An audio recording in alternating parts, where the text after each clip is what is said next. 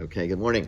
I'm not going to open our Ramchal today because I just want to highlight a view that disagrees with Ramchal, and that is Yehuda Halevi, one of the great thinkers and philosophers and poets of the medieval period, and the author of the Kuzari. He disagrees with the Ramchal on two fundamental points that we just spoke about. The Ramchal, if you remember, said that when God created the world, he really gave the opportunity for all of humankind to attain this deep level of spirituality. That was point number one. Point number two, he said, is a convert, even though they were not part of the roots of Avraham, nonetheless, a convert is able to be grafted on. From the word barech, that they're able to be grafted onto the Jewish people, and therefore they become exactly like the Jewish people. Rabbi Yehuda Halevi argues on both points. Okay, he says, no, when God created the world, he created a spiritual gene. That's essentially the term that he uses. He doesn't use the term genes because he's writing this, hundreds and hundreds of years ago. But the point is that there is the same way that you could have someone who has like a certain hair color and only gets passed on to certain descendants, recessive gene, etc. So you similarly have a spiritual gene, which was given to Adam Harishon, and only passed on to one of his children.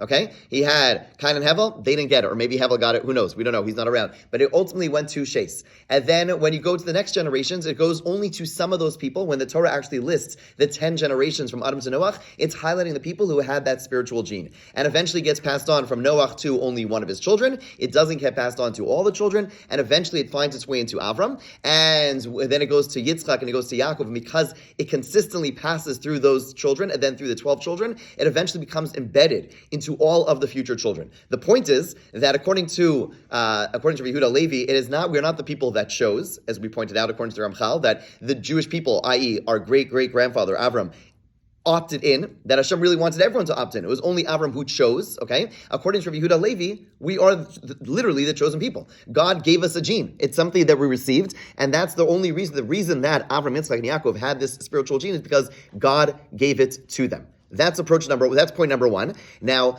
some suggest, hey, this whole notion of chosenness sounds very problematic. Actually, the preceding Rosh Yeshiva KBY actually got in massive trouble because he actually gave a shir on the Kuzari, and one of the big donors said this is a racist view, and he had to issue some. They tried to force him to issue some apologies. The whole chaos.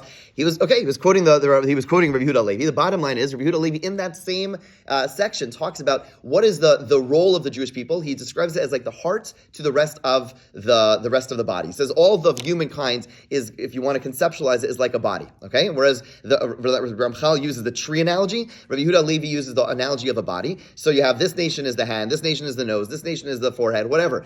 And the Jewish people are the beating heart. The goal is not, yes, we are different and maybe more elevated, but not for a self-serving purpose. Just like the heart is more elevated. You have to choose between the heart and your hand. You pick the heart because you need your heart more than you need the hand. But what is the function of the heart? To ensure that the hand works, right? So yes, the Jewish people are more elevated, but the goal is to take that spirituality and to bring it to others. That is how Rabbi Yehuda Halevi understands it. So yes, it is not equality, but who says equality is a real thing?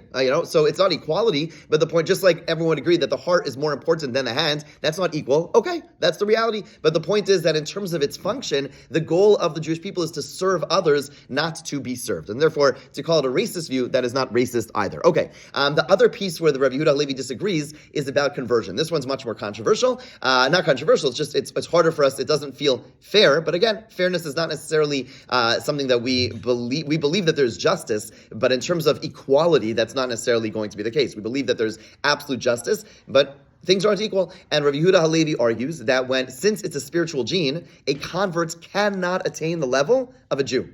You could become a full-fledged Jew, but you will not, the spiritual gene is something that a convert will never inherit. The way he sees this expressed is because he says a spiritual gene is something which enables us to experience prophecy. A Jew, or someone who's born a Jew, is able to experience prophecy. Someone who converts to Judaism will not be able to experience prophecy because he understands it to be that there's no grafting. Again, that's not the analogy used. It's something which is innate. It's something which is, embedded into us. And therefore, although maybe we don't experience prophecy right now, when we stood at Har Sinai or when the base of English will be rebuilt during the times of Mashiach, we will be able to experience prophecy, those who are born from Jewish people, but those who convert or are born from converts simply are not able to have that gene. It's, again, unequal, unfair, you could argue, but that is the view of Rabbi Yehuda Halevi, again, in contrast to the view of the Ramchal, who says that no, you graft onto the tree and you become one and the same as the Jewish people. Okay, food for thought, but that is just an important contrasting view.